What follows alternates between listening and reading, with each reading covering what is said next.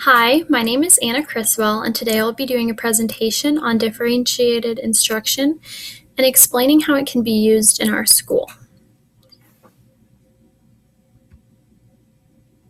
So first we should ask, what is differentiated instruction? And although there isn't one short answer that can encompass all of it, differentiated instruction is a framework or philosophy for effective teaching that provides a variety of different learning options to students, regardless of ability.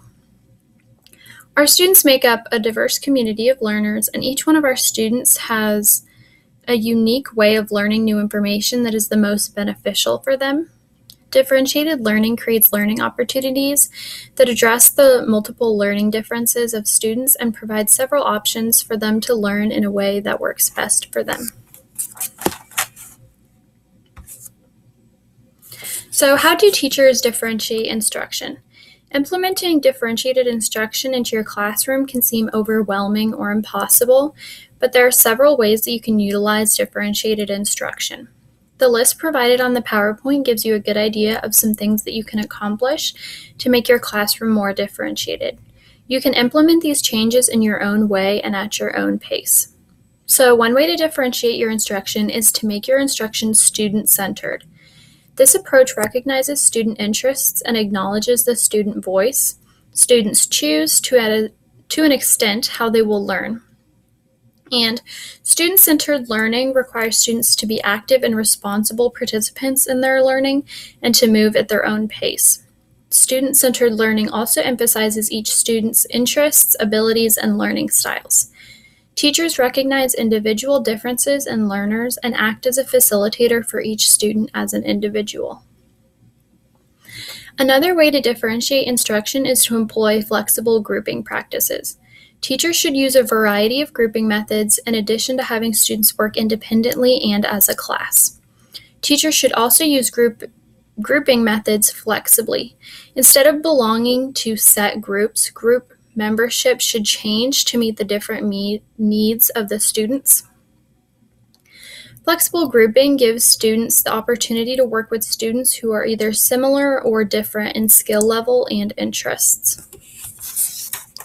Teachers should also assign challenging and engaging tasks for each student. They should offer several assignment choices so that each student has plenty of options for how they want to demonstrate their knowledge. Another way that teachers differentiate instruction is by providing instruction in multiple ways and using a variety of materials to present information. As teachers, you will always have students who learn differently, and some students may learn better by hearing you speak, saying it aloud themselves, writing it down, seeing the concept used in a graphic, using a hands-on approach, etc. So by presenting the information in more than one way, you're more likely to reach more students. Another important aspect of differentiating instruction is getting to know students in terms of readiness, interest, and learning profiles. So readiness refers to a student's knowledge and skill level regarding given content. Their readiness may vary across subjects or content areas, and their readiness may also be influenced by their background knowledge, life experiences, or previous learning. Teachers can determine the level at which their student is working in a given subject area by examining the results of tests or work samples or by viewing their academic record. So next, interest refers to topics, skills, or activities that pique a student's curiosity or inspire them. Teachers can discover their students' interests by having them write journal entries about themselves or by playing icebreaker games. A student's learning profile is their preferred method of learning new information or skills, and the environmental factors that influence their learning, such as noise levels or bright lights. Their profile can be influenced by their gender and culture, and teachers can assess the preferred method of learning of their students by assigning a questionnaire or just observing them during class. So next, how do teachers prepare their students and their classrooms for differentiated instruction? So differentiated instruction is obviously very different than traditional instruction, and students and their parents might not understand why you've assigned different homework to different students, or why you've made any number of choices in your classroom. So it is important to establish what students and parents can expect in a differentiated classroom from the beginning of the year. So from the very beginning, you should explain that although students may be working on different activities or assignments, they will all be challenged. You should also explain how your role as a teacher will be different in a differentiated classroom, such as with fewer teacher-led activities and more student-led activities. You should explain how you plan to assign activities and projects, how test results will be used, and how grades will be assigned. Explain to parents that you are using this teaching approach because you believe that it is the best way to educate their child and attend to that child's needs. And you can also encourage parents to share information about their child, and that will help you learn about their child and the specific strengths and needs. And it also makes the parents feel more involved. And as far as students, at the beginning of a new school year, you should set aside time to explain and discuss differentiated instruction with your students. The process will be much simpler if you can come to a common understanding with your class of what the classroom will be like and why it makes sense for it to be that way. Students will more likely embrace the differentiated instruction if you explain it to them. So there are 6 questions that have been recommended that teachers can ask their students to help them develop an understanding of why we should use differentiated instruction. And the 6 questions are: is everyone good at the same things? Should I teach everyone the same way? What will classroom instruction be like? How can I find out about what you need to learn best? How is it fair if we are all doing different things to help us learn? And how will we measure success? So those questions will help your students to think and kind of come to the conclusion on their own that differentiated learning is the best so that they can all learn in different ways and all grasp the concepts. So what does differentiated instruction look like in the classroom? There are many ways that teachers use differentiated instruction in their classrooms, and there are many obvious differences that you can see as soon as you walk into a differentiated classroom. One of these visible differences is flexible grouping, which I mentioned earlier, and in a differentiated classroom, students may be receiving whole class instruction, or some may be in small groups while others work in pairs and others work individually. Another thing that you should notice when you walk into a differentiated classroom is that all of the students are engaged in tasks that are interesting, challenging, engaging, and relevant, even if these tasks vary from student to student or from group to group. Also, in a differentiated classroom, there are places in the room where students can work quietly without distraction, and there are other areas where the students can collaborate and work together. The teacher isn't controlling the lesson, but instead lets the students work without a lot of supervision and focuses on the needs of those who are struggling.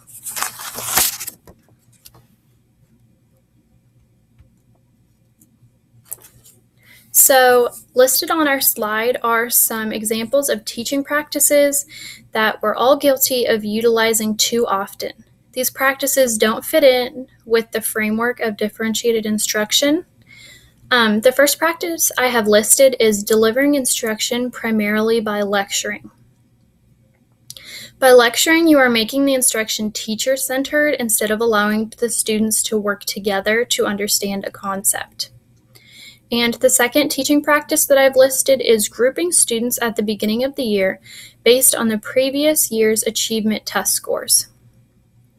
So obviously the needs of students change frequently, and the test scores from the previous year are not likely to provide all of the information needed by teachers to make decisions about grouping. And these test scores also might not reflect a student's true understanding. That student might be better at demonstrating their knowledge of concepts by talking through them or by building a project or a presentation. So using the previous year's test scores is not really a great idea. And the final practice that I have listed is giving bonus points for classroom participation. And this practice can be detrimental to those who learn by sitting back and listening. Some students think aloud, but others do best when they work through things by themselves. And by awarding extra credit for those who participate, you're enforcing the idea that being involved means speaking aloud or demonstrating concepts in front of the class. And the fact is that there are very many different ways to learn and different ways to participate. So listed on this next slide are some alternatives to these practices. So instead of providing instruction primarily by lecturing, teachers can provide instruction in multiple ways, such as a lecture, a graphic, a video, and hands-on projects. And they can do multiple of those. And they can also use a variety of materials to present the information rather than relying on one source like a PowerPoint or a textbook. And by presenting the information in multiple ways, you can increase the number of students who understand the concept, and you can also provide kind of a review session for the students who already understand it. Instead of grouping students based on last year's test scores, we should utilize ongoing assessment in order to decide how students should be grouped. So instead of assessing students only at the beginning of the year or only at the end of a unit, we would assess the students before, during, and after teaching a unit to gather an understanding of where our students are at. And by frequently assessing the knowledge and skills of our students, we can use that information to develop and adapt their instruction and grouping to meet the shifting needs of our students. We can also use the information to design activities that are engaging and motivating for our students. And finally, instead of giving bonus points for classroom participation, we should find activities that allow all of our students to participate in their own way. Instead of focusing our attention on who is and isn't participating, we should create an environment in which every student has the tools that they need to participate. I believe that differentiated instruction would be a great tool for our school, and hopefully after this presentation, you do